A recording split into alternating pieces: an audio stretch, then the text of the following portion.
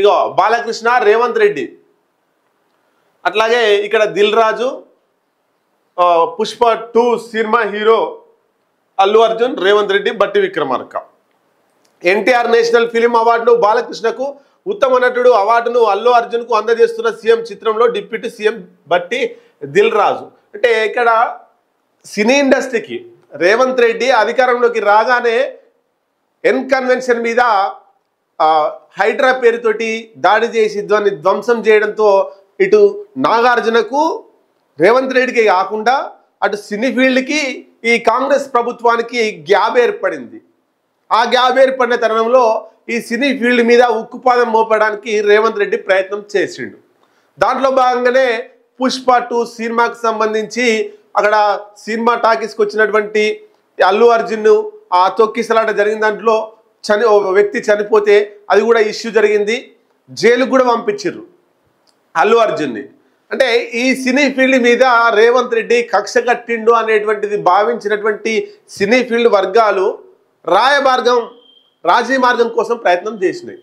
అది రాజీ మార్గం అంతా కూడా బెడిసి కొట్టింది. తర్వాత ఈ దిల్ రాజు, ఎవరైతే దిల్ రాజు ఉన్నాడో నిర్మాత, ఆ దిల్ రాజును కేంద్రంగా ఇటు రేవంత్ రెడ్డికి అనుకూలంగా దిల్ రాజు ఉన్నాడు, అటు సినీ ఫీల్డ్కి అనుకూలంగా ఉన్నాడు కాబట్టి ఆయనను కేంద్రంగా పెట్టి రాజీ ఒప్పందం కుదిరినట్టు మనకు సమాచారం. మరి అది డబ్బుల రూపంలో జరిగిందా, సినీ ఫీల్డ్కి ఏమైనా ఇస్తానరా, సినీ ఫీల్డ్ వాళ్ళు రాష్ట్ర ప్రభుత్వానికి, రాష్ట్ర ప్రజలకు రేవంత్ రెడ్డికి ఏమైనా ఇస్తానరా, ఈ విషయాలన్నీ కూడా తెలియదు.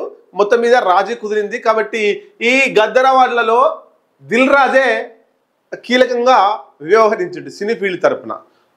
చూడొచ్చు ఇక్కడ. మరి బాలకృష్ణకి ఎందుకు వచ్చింది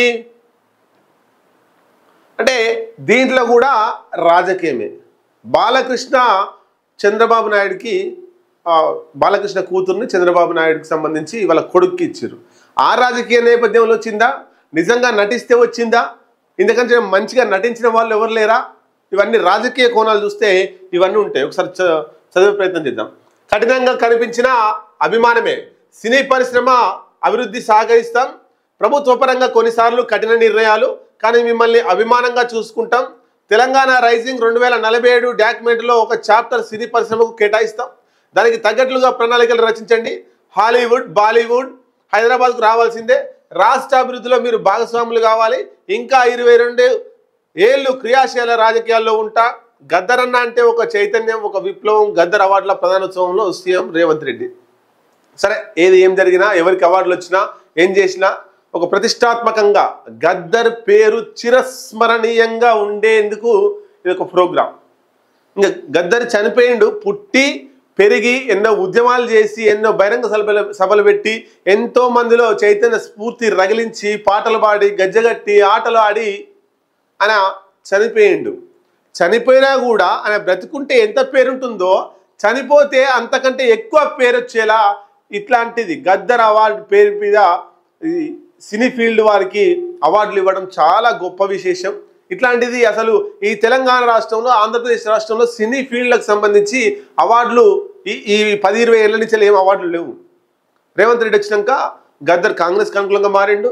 గద్దర్ కూతురు వెన్నెల కార్పొరేషన్ చైర్మన్గా ఉన్నది.